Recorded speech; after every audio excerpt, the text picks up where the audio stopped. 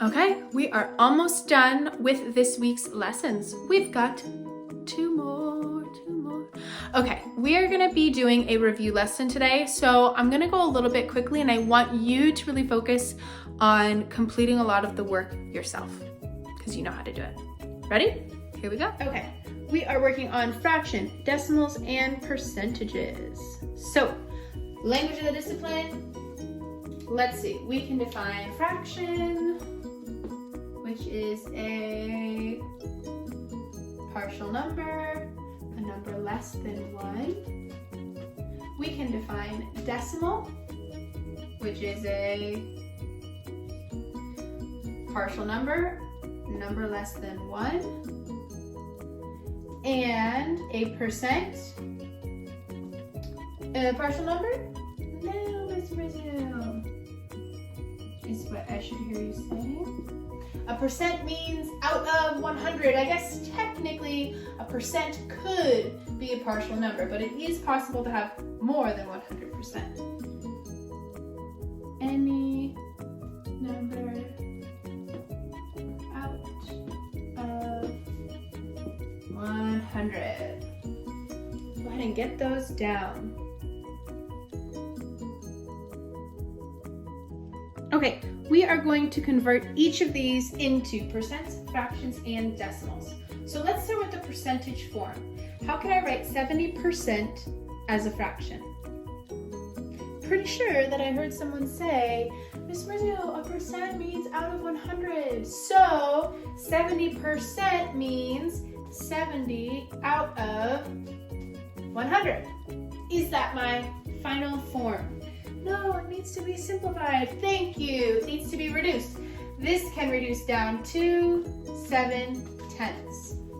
All right, so I've got my percentage, I've got my fraction. Now, how do I write that as a decimal? Well, 7/10 means my 7 is going to go into the tenths place. So 7/10. Next one, 1 and 4/10. I'm given a decimal. I need to write it as a fraction. I'm going to write it just as I would say it, 1 and 4/10. But this is not the final form because it needs to be reduced. So that equals 1 and 2/5. Okay, I have decimal form, I have fraction form. Now I need percentage form. 2 ways to get to percentage. The first is to get 100 on the bottom, or I can multiply this number by 100.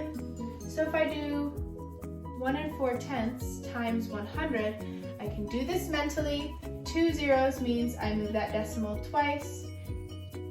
140%. Okay, last one, 12/15. Now, this is not the smallest form that this number can be in, so I'm going to reduce it. I'm going to divide both of these by 3, and I get 4/5. So here is my lowest form for the fraction, 4/5. Well, if I want to make it a decimal, I need to have 10 on the bottom, which means I multiply both by 2, and I get 8/10. My last step is to make it a percentage. Remember, 2 ways to do that. You can either convert to have 100 on the bottom, which would be 80 hundredths, or you can multiply by 100 and you get 80%.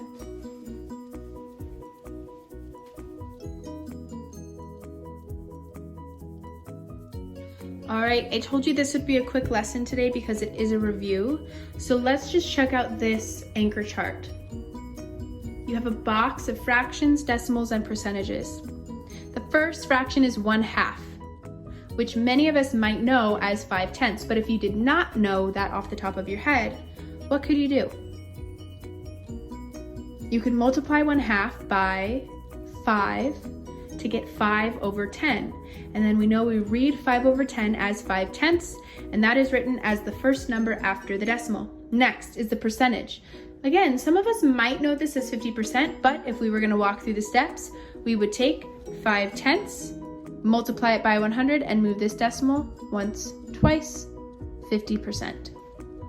Moving on to the next row, 3/10. This already has 10 on the bottom, so we don't need to convert anything. We know this first place value is the tens place, and both of these numbers are read as 3/10. To make that a percentage, we can multiply 3/10 by 100 and move this decimal once, twice, add that 0, 30%. Last row, 2/5. Now we did this one, similar one over here with 4/5. But with 2/5, we need to get 10 on the bottom. So if we multiply by 2, that becomes 4/10. First position is the tens place. Multiply this by 100 and move it over once, twice, 40%. That is all this lesson is today. Again, it was a review, so I went very quickly. If you need to watch the video again, watch it again. If you are stuck, let me know. I will walk you through it. We have one more lesson for this week. Can you believe it? And then you're done with your first week of online school.